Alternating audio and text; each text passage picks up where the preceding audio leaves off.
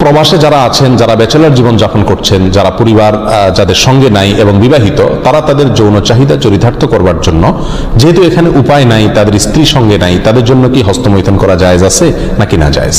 কোরআনে কারীমে আল্লাহ সুবহানাহু ওয়া তাআলা বলেছেন, ওয়াল্লাযীনা হুম লিফুরুজিহিম হাফিজুন ইল্লা আলা আজওয়াজিহিম আও মা মালাকাত আইমানুহুম ফাইন্নাহুম গায়রু মালুমিন ওয়া ফামান ইবতাগা ওয়ারাআ যালিক ফাউলাইকা হুমুল আদুন। তিনটি আয়াত আল্লাহ তাআলা বলেছেন, কৃতদাসী এবং নিজের স্ত্রী, এই দুই শ্রেণী ছাড়া, এই দুটি ক্ষেত্র ছাড়া অন্য কোনো জায়গা যাদের লজ্জাস্থানকে তারা ব্যবহার করে না, সেই সমস্ত লোকেরা সফল মুমিন, তারা সার্থক মুমিন। ফামানি বুতাকা ওয়ারাআ যালিক, আল্লাহ বলেন এরপরে তৃতীয় আয়াতে, যারা এই দুটি ক্ষেত্র ছাড়া, স্ত্রী এবং কৃতদাসী, এই দুটি ক্ষেত্র ছাড়া অন্য যে কোনো ক্ষেত্রে তাদের যৌন চাহিদাকে চরিতার্থ করে, মেটায়, আল্লাহ বলেন ফাউলাইকা হুমুল আদুন, তারা হলো সীমালঙ্ঘনকারী।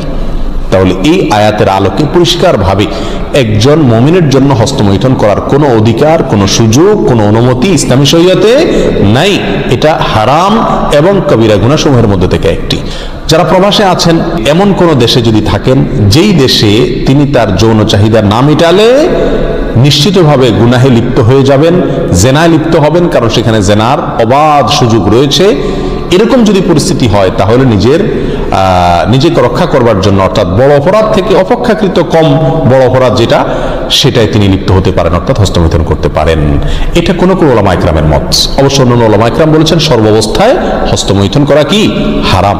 এই জন্য প্রবাসে যারা আছেন তাদের উচিত এই অপরাধ থেকে বেঁচে থাকা। বিশেষ করে মধ্যপ্রাচ্যে, আরব দেশে, সৌদি আরব সহ যে সমস্ত দেশে আলহামদুলিল্লাহ আল্লাহ সুবহানাহু ওয়া তাআলা পরিবেশ এখনো পর্যন্ত ভালো রেখেছেন, এখানে মানুষ চাইলেই জানা করার সুযোগ নাই। অতএব এখানে এই সমস্ত দেশে যারা বসবাস করছেন, তারা এই অজুহাতে হস্তমৈথুন করলে তাদের জন্য জায়েজ হবে না, এটা গুনাহ হবে, আখিরাত নষ্ট হবে, স্বাস্থ্যের জন্য যেহেতু ক্ষতিকর, সেই জন্য এটা শরীয়তে আরো বেশি কঠোরভাবে নিষিদ্ধ। এর জন্য সবর করতে হবে।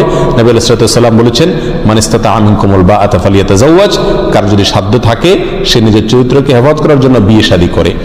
যদি বিয়ে শাদী করতে না পারে, এর মাধ্যমে সে নিজের চরিত্রকে হেফাজত করার মতো আর্থিক সঙ্গতি তার না থাকে, তাহলে নবী আলাইহিস সালাম বলেছেন ফালাইহি বিসসাওম, সে যেন রোজা রাখে। যদি রোজা রাখে তাহলে ইনশাআল্লাহ তার যৌন যে উত্তেজনা আছে সেটা প্রশমিত হবে, কিন্তু কোন অবস্থাতেই হস্তমৈথুনের অনুমতি নাই। শুধুমাত্র কোনো ওলামা ইকরাম অনুমতি দিয়েছেন ওই ব্যক্তির জন্য যে ব্যক্তি এমন কোন পরিবেশে আছে যে পরিবেশে এটা না করলে তার আর নিজের চরিত্রকে রক্ষা করাবার বা জেনা থেকে বাঁচবার কোনো সুযোগ নাই। আল্লাহ তাআলা আমাদেরকে সবাইকে গুনাহ থেকে বেঁচে থাকার মতো ঈমানি শক্তি নসিব করেন। যদি কেউ এই বদ অভ্যাসে আক্রান্ত হয়ে যায়, তার এই বদভ্যাস থেকে মুক্তির একটা অন্যতম উপায় হলো কোনো অবস্থাতে তিনি একাকী থাকবেন না কোথাও। ইনশাআল্লাহ এর মাধ্যমেই আল্লাহ সুবহানাহু ওয়া তাআলা তাকে আশা করা যায় হেফাজত করবেন এবং বদভ্যাস থেকে তিনি বের হয়ে আসতে পারবেন। আল্লাহ আমাদের সবাইকে হেফাজত করুন।